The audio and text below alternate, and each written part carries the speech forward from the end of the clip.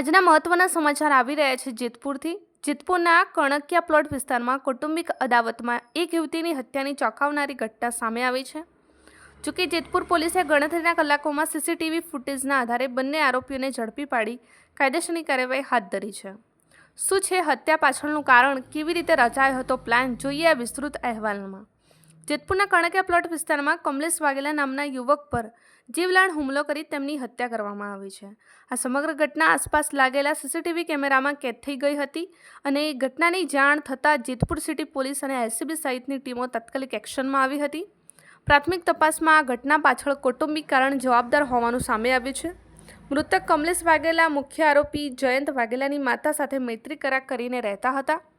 રાજકોટ રહેતા જયંતને આ બાબત પસંદ ન હોવાથી તેણે આ ગુનાને અંજામ આપ્યો હોવાનું ખુલ્યું છે। પોલીસની સઘન પૂછપરછમાં સામે આવ્યું છે કે આ ઘટના કોઈ અચાનક થયેલો હુમલો નહીં, પરંતુ પૂર્વ આયોજિત કાવતરું હતું। આરોપી જયંત વાઘેલાએ તેના મામાના દીકરા ધ્રુવ નૈયા સાથે મળીને 2 દિવસ પહેલાં જ આ પ્લાન બનાવ્યો હતો। તેઓએ વીરપુરથી હથિયાર ખરીદ્યું અને 1 દિવસ સુધી કમલેશ વાઘેલાના ઘરની આસપાસ રેકી પણ કરી હતી। અંતે બપોરના સમયે કમલેશ વાઘેલાનો ભેટો થઈ જતાં તેમના પર હુમલો કરી મોત નિપજાવવામાં આવ્યું। પોલીસે સીસીટીવી અને અન્ય પુરાવાના આધારે મુખ્ય આરોપી જયંત અને સહ આરોપી ધ્રુવ નૈયાની ધરપકડ કરી લીધી છે અને આગળની સઘન પૂછપરછ શરૂ કરી છે। અહેવાલ ફારૂક બિલખિયા, અમરેલી।